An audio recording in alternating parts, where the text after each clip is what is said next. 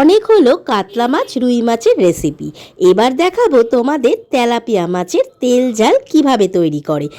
নিয়েছিলাম তেলাপিয়া মাছ, ধুয়ে নিয়ে নুন আর হলুদ ভালো করে মাছের বোথ সাইড মাখিয়ে 1 আওয়ার মতো ম্যারিনেট করে রেখে দিয়েছিলাম।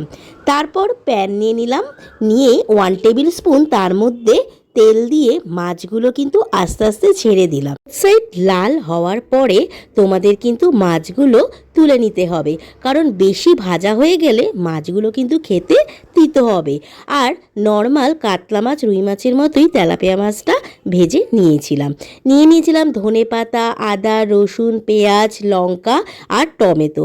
যেহেতু তেল ঝাল করব তাই জন্য তেলের মধ্যে টমেটো কুচি, লঙ্কা মানে কাঁচা লঙ্কা আর তার সাথে আদা বাটা, রসুন বাটা, পেঁয়াজ বাটা দিয়ে দিয়েছিলাম।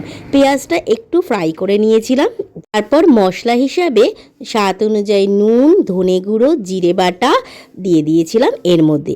তার সাথে হলুদ গুঁড়ো কালারের জন্য 1 টেবিল স্পুন শুকনো লঙ্কা পাউডার দেওয়া হয়েছিল। সব কিছুই কিন্তু 1 চামচ করে স্প্রেড করে দিয়েছিলাম। কষানোর পরে মশলাটা এর উপরে স্প্রেড করে দিয়েছিলাম ধনে পাতা দেওয়ার পরে রেডি হয়ে গেল একদম মশলাটা গ্রেভি। তার মধ্যে 1 কাপ মতো জল দিয়ে দিয়েছিলাম, কারণ এটা কিন্তু তেল ঝাল তেলাপিয়া মাছের, তাই তেল ঝাল বানাতে গেলে জল তো দিতেই হবে। তাই জল দিয়ে দিয়েছিলাম 1 কাপ মতো। তারপর জলটা ফোটার পরে আমরা দিয়ে দিয়েছিলাম ফ্রাই করা তেলাপিয়া মাছগুলো। তো এইভাবে 15 মিনিট মতো রেখে দিয়েছিলাম। তৈরি হয়ে গেল সুস্বাদু তেলাপিয়া মাছের তেল ঝাল। আমার তো ভীষণ প্রিয়। তোমাদেরও কেমন লাগলো রেসিপিটা কমেন্ট করে অবশ্যই জানিও। আর যদি ভালো লাগে বাড়িতে ট্রাই করো, আর কমেন্ট বক্সে জানিও যে এই রেসিপিটাও তোমাদের কেমন লাগলো।